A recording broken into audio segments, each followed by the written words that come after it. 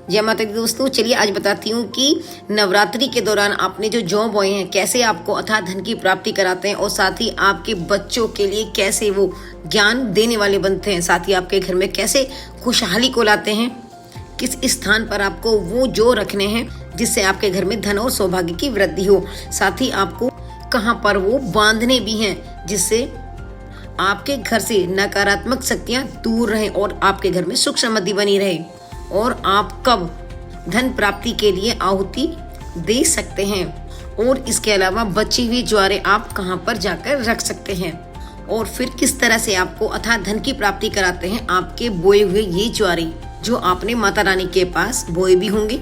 तो उससे पहले मैं निशा भारद्वाज आप सभी का स्वागत करती हूँ इस चैनल पर। दोस्तों, नवरात्रि के दौरान ज्वारे यानी कि जौ माता रानी के पास हमेशा ही बोए जाते हैं, और जैसा कि शास्त्रों के अनुसार मान्यता है कि माता रानी के पास जो जौ आपने बोए हैं कलश स्थापना के समय वो अगर जल्दी से उग आते हैं और हरे भरे दिखाई देने लगते हैं तो ये मानिए कि आपके घर में सुख समृद्धि का वास है या फिर होने वाला है। आप पर माँ की कृपा हमेशा के लिए बनी रहने वाली है। आपका आने वाला समय बहुत ही अच्छा जाने वाला है। तो हरे भरे ज्वारे आपको ये संकेत देते हैं, और शास्त्रों के अनुसार मान्यता है कि हरे भरे ज्वारे आपको शुभ फलों की प्राप्ति कराते हैं। और जैसा कि ग्रंथों के अनुसार जौ को ब्रह्मा के स्वरूप माना गया है। सृष्टि के प्रारंभ में ही स्वयं ब्रह्मा जी ने जौ की उत्पत्ति की थी और इसे संसार का पहला अनाज माना जाता है, और इसलिए नवरात्रि में भक्त माँ दुर्गा की प्रतिमा के सामने जौ बोकर अपने आने वाले समय की अच्छी कामना करते हैं। दूसरा, जब नवरात्रि के बाद आपको कुछ ज्वारे आपके दशहरा पूजन में काम आ जाते हैं, लेकिन फिर भी कुछ ज्वारे बच जाते हैं, तो आपको एक लाल कपड़े में उन ज्वारों को बांधकर अपने घर पर, जहाँ पर आप धन स्थान हो आपका, वहाँ पर रखते हैं तो आपके घर में धन और सौभाग्य में वृद्धि होती है।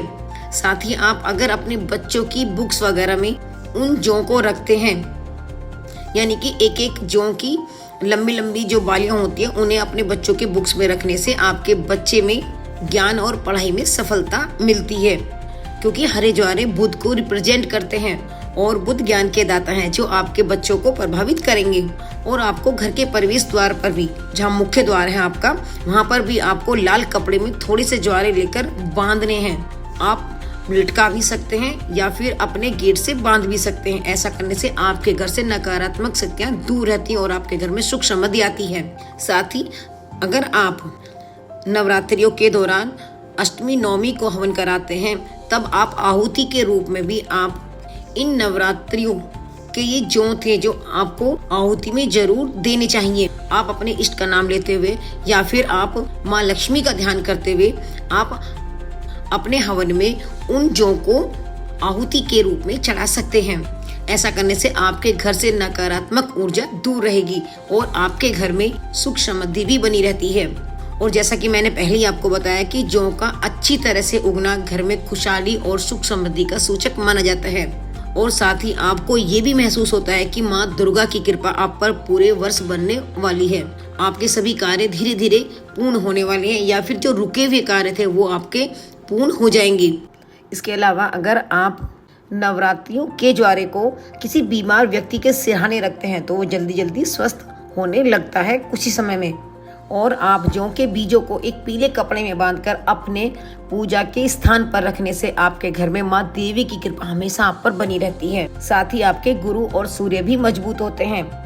और ये सभी कार्य करने के बाद भी अगर आपके जौ बच जाते हैं तो आपको सिर्फ अब एक काम करना है, आपको वो ज्वारे सारे इकट्ठे करके किसी पेड़ के नीचे आपको रखाने हैं। वो पेड़ आपका पीपल का भी हो सकता है, बड़ का भी हो सकता है, या फिर आपका केले का भी हो सकता है, या फिर आंवले का भी हो सकता है। तो आपको ये ज्वारे जो बचे हुए हैं वो आपको किसी पेड़ के नीचे रखाने हैं, इधर उधर नहीं डालने हैं।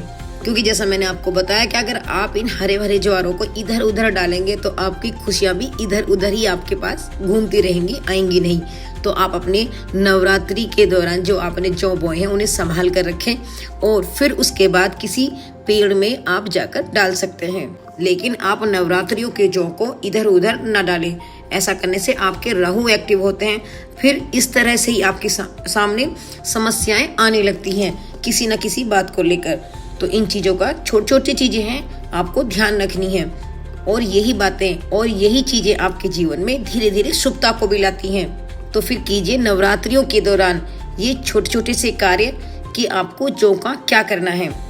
आप समझ भी गए होंगे कि आपको जौ का क्या करना है। तो अब वीडियो को लाइक करें, शेयर करें। फिर मिलती हूँ एक नए टॉपिक के साथ। तब तक के लिए राधे राधे।